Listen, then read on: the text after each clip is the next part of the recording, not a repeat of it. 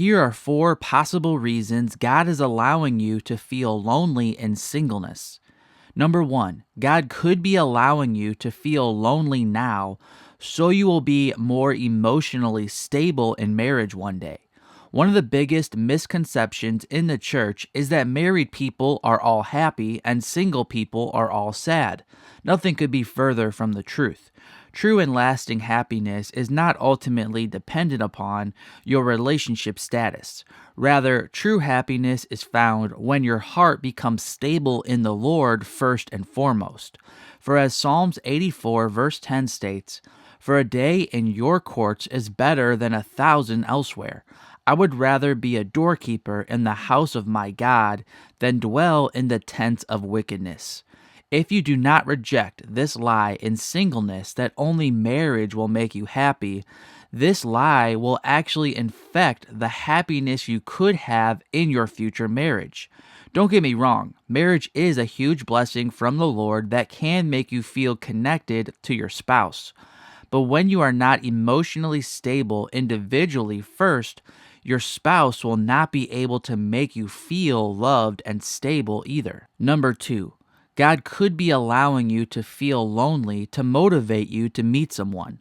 One way God directs us down the paths He wants us on is by giving us strong and powerful negative feelings so we will take the necessary and hard steps needed to stop feeling a certain way.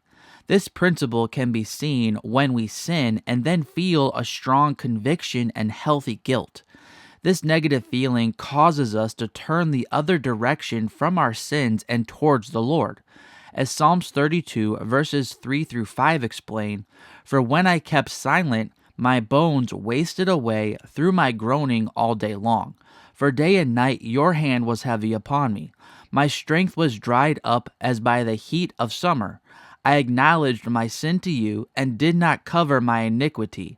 I said, I will confess my transgressions to the Lord, and you forgave the iniquity of my sin." While I am certainly not saying that being lonely in singleness is a sin, I am saying that God often gives us strong emotional feelings to direct us towards His will for us.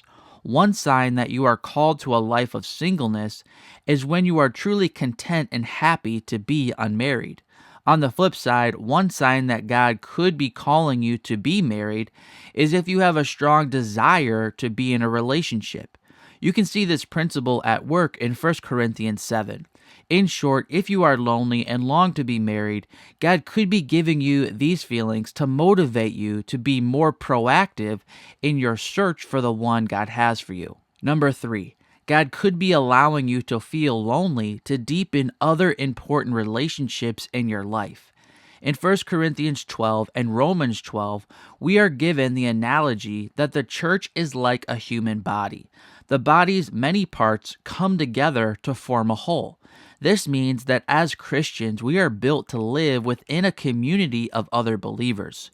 In the Bible, you will never find a verse that says a Christian can remove themselves from the church and find the community they were designed for in marriage alone.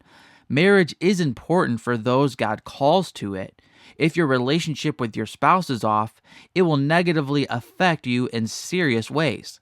But we must remember that even if you get married, God has designed you to need other important relationships in your life as well. You need Christian friends of the same gender, older mentors, pastors, family, and people who are like family. And number 4, God allows us to be discontent in life so we will find our ultimate contentment in Him. Unlike what many churches say to singles, the Bible does not say it is wrong to be discontent with singleness. To wish you were married and to feel lonely in singleness is not a sin. It's not wrong to have desires for things besides God Himself. What the Bible does say, however, is that God must always be far and above our greatest desire. When we crave something more than we crave God, that's when we enter into idolatry. God does not want us to deny our feelings and longings, but He does want us to find our ultimate satisfaction in Him even when we have unmet desires in life. For as Paul said in Philippians 4, verses 12 through 13, I know how to be brought low, and I know how to abound. In any and every circumstance, I have learned the secret of facing plenty and hunger, abundance and need. I can do all things through him who strengthens me. For more information on this topic, you may want to watch my video called Is It Wrong to Want to Be Married? Don't forget to subscribe if you haven't already to support this channel and so you don't miss any of the new videos I'm posting every week. I'm Mark from AGW Ministries. Until next time, God bless.